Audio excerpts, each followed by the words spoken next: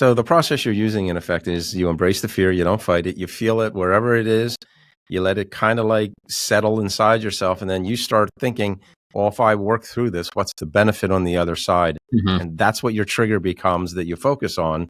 So then you can go into action. So another quick example here, you own a business, you have a business, Firvana. Let's say one day you wake up and you say, oh my gosh, cash flow, I don't have it. I'm feeling really nervous because the house is on the line. There's my ego's on the line, all those things. How would you work through that?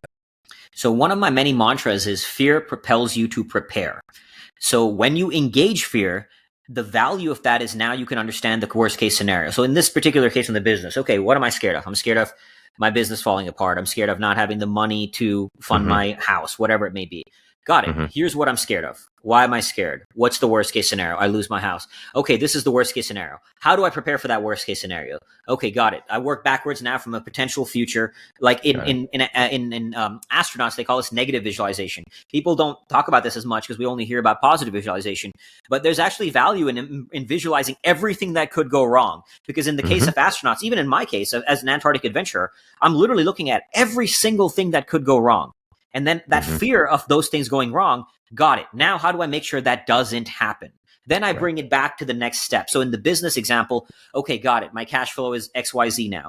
What's the problem there? So I'm always looking for a problem to solve because there's always a problem, no matter what. As I always like to say, that progress is not the elimination of problems. Progress is the creation of new problems. So at any point in life, there will be a problem. And then I become very systematic about solving one problem at a time in order to up-level my problem and move to the next one until that worst case scenario doesn't happen. And look, you can have a plan, you're going to move that, and things are always going to go by the wayside. I didn't anticipate losing 2 fingers to frostbite. It happened. So the dream is still the same, but the road to getting to that dream is modified as things happen outside our control. And then I work through that same system to keep moving forward. Ultimately, there's only 2 ways you can grow.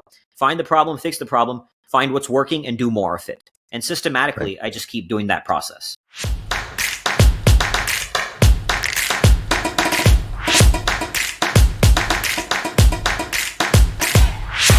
Hi, Ted Wolf here.